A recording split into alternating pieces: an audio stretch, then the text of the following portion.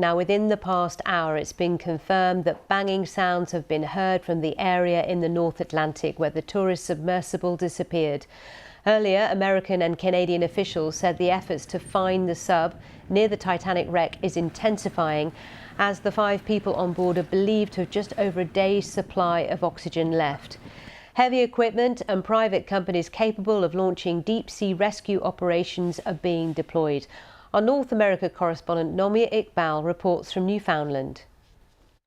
These are the last known pictures of the Titan submersible. It began its long descent to the bottom of the Atlantic Ocean on Sunday before vanishing without a trace. Last year, the BBC filmed the vessel. It's made for 5 people and can't be opened within, so if anything goes wrong, it has to be found. And with just more than a day and a half left of oxygen inside the vessel, the rescue mission's urgency can't be overstated. It's a unique operation, it's a challenging operation, but right now we're focused on putting everything we can at it and searching as hard as we can and getting the assets out there as quickly as we can. There are 3 British people trapped inside: the billionaire explorer Hamish Harding, businessman Shahzada Dawood, and his 19-year-old son Suleiman. He had the enthusiastic, outlook of a young child. Really, he was so excited about this opportunity, and he mentioned it with the biggest smile possible on his face in telling me about it. So we were all very excited for him and happy for him that he was able to have this extraordinary opportunity. Also inside is French explorer Paul-Henri Nargeolet and Stockton Rush, the man who runs the company OceanGate, which is in charge of this expedition to see the Titanic remains. This is an experimental sub. People are informed that it's very dangerous down there. Last year, he showed CBS how the vessel was operated via a games console.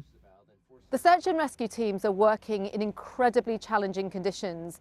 This is the worst spring in decades, and it's made visibility really low. They are scouring an area in the Atlantic Ocean which is 70 miles wide and so deep that it's said to be less explored than outer space. The ship carrying the sub left St. John's on Friday and travelled to the wreckage site, arriving on Sunday for a dive that was meant to last 8 hours.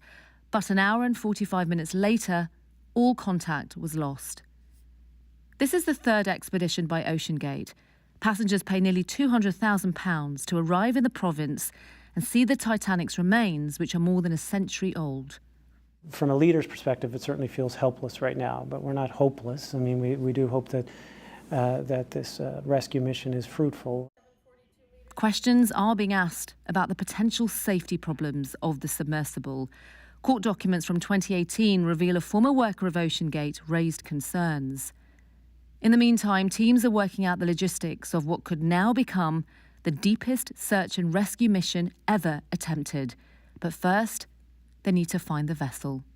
Nomia Iqbal, BBC News, Newfoundland, Canada. Well, our correspondent Carl Nasman is in Boston, where the search operation is being coordinated, and sent this update. Well, night has fallen here in Boston. Still no sign of the Titan vessel and the 5 people that are on board. Search and rescue teams say they will be looking around the clock and continuing that search as long as they can in what is turning out to be a very difficult and complex search operation.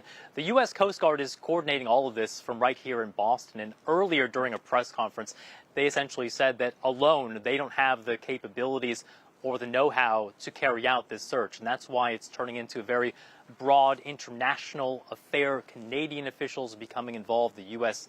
Navy and Coast Guard, even a French vessel on its way to help support this mission.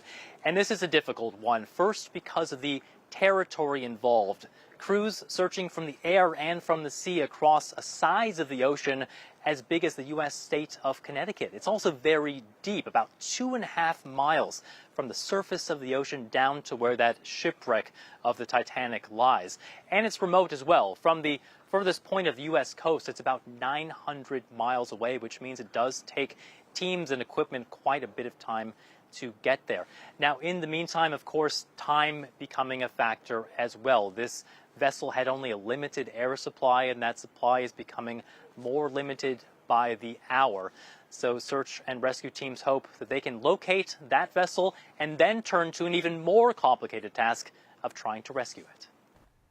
Carl Newsman there. Well, David Marquet is a retired United States Navy captain who served as a submarine commander, told us more about the problems the sub could be facing. It seems like it's not on the surface of the ocean, which means it's most likely on the bottom in the vicinity of the Titanic, because that's where it would have been when contact was lost. It was right about the time when it would have been either approaching or at the site of the Titanic. There was a story from several years ago where a similar visit with a similar size ship, not this particular ship, was approaching the Titanic from the stern. So the big propellers for the Titanic, which were essentially dwarfing the ship, were there, and they got caught by a current and were temporarily stuck, wedged into the propellers. Fortunately, they were able to get out. So that's a possibility, but that really doesn't explain why the communication would be lost.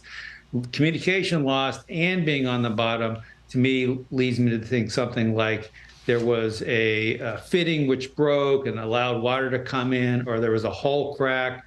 What happens is when the submarine compresses it, this is very high pressure. This is 380 times the pressure we experience here in atmospheric. Yeah, it seems like these guys were sort of infused with the innovative entrepreneurial spirit. They wanted to build something that could take people down, take researchers down to the Titanic for research, and they were funding it by getting these wealthy people to buy expensive $250,000 tickets on it.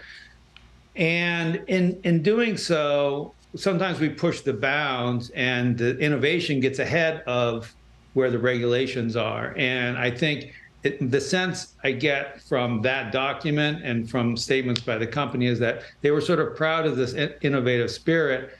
And if you're just writing tech code, then you can just throw things out there and you test it and you have this very quick iteration cycle, and that's part of the culture.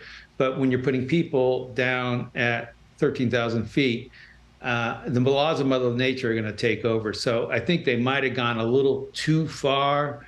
And I admire the spirit, but we know from years of safe submarining what it takes to all the discipline, the rigor, the operational testing, the operational risk mitigation that you have to do to maintain submarines safe. Well, we'll keep you up to date on the search and rescue on our website on BBC News. There's continuing live coverage there. Also on the BBC News app, our team is tracking every development with full background and analysis. So do take a look to keep right up to date.